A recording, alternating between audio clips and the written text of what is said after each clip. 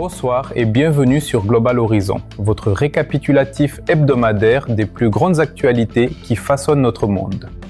Des tensions accrues au Moyen-Orient aux grands bouleversements politiques en Europe, voici les principaux développements de la semaine écoulée.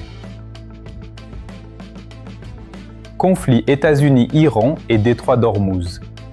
Au début de la semaine, après l'effondrement des pourparlers de cessez-le-feu à Islamabad, le président Trump a ordonné un blocus naval américain des ports iraniens et du détroit d'Ormuz.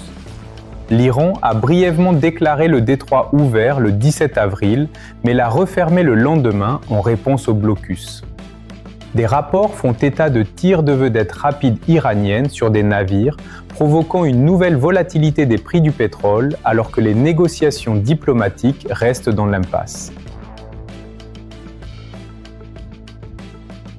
Cessez-le-feu, Israël-Liban. Un cessez-le-feu de 10 jours, négocié par les États-Unis entre Israël et le Liban, est entré en vigueur vers le 16-17 avril, après des combats intenses ayant fait près de 2200 morts. Des célébrations prudentes ont éclaté à Beyrouth, bien que des violations isolées continuent de mettre à l'épreuve la fragile trêve.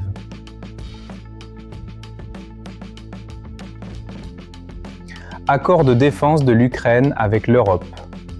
L'Ukraine a signé un important pacte de défense de 4 milliards d'euros avec l'Allemagne, obtenant des centaines de missiles patriotes, des systèmes de défense aérienne Iris-T et la production conjointe de milliers de drones à intelligence artificielle.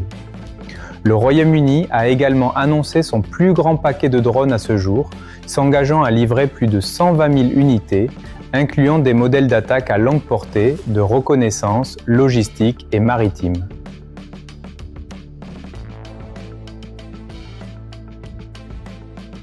Conflit Trump-Pape Léon.